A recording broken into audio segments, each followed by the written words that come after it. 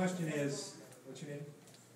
Leslie's question is, look, it's great to have all these conversations about legislation, but what are you going to do? I've been without a job for how long? Right, I know it. I know it. And listen,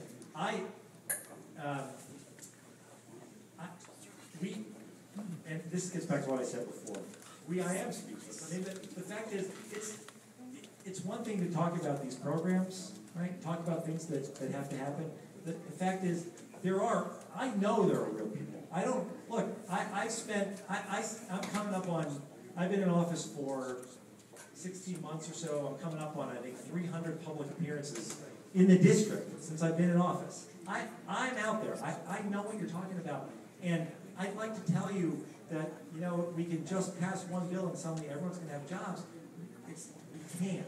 But I can tell you that if we ignore it completely, which we've done, then businesses aren't going to hire, that there won't be opportunities for new jobs, that we won't have the ability to retrain people. Look, the Ryan plan that I talked about earlier, aside from Medicare, the Ryan plan slashed job training funds and investments in education and research dramatically.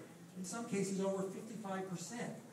That's the kind of thing, investing in science, investing in research may not put you to work right now, but I can tell you that making an investment like that is going to put some folks who have the ability to work in those industries to work.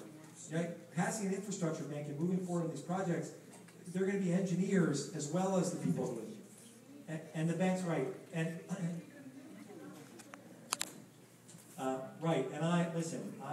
and a lot of that money went out in bonuses, and the question is, what about the banks, right? We bailed out the banks. Why is it the loans aren't being made?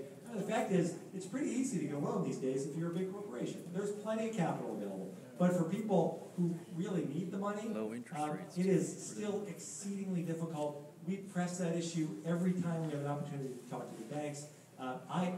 Again, instead of having a discussion in Washington about how to compel banks to make those loans, to make sure that the standards are fair and reasonable, instead, we go the other direction. We spend all this time trying to figure out how to make things easier for them, how to take away more regulations, how to go back to where we were before.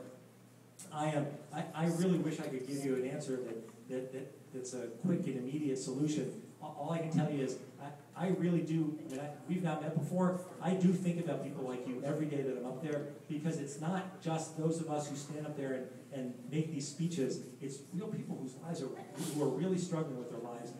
I appreciate you sharing that with us.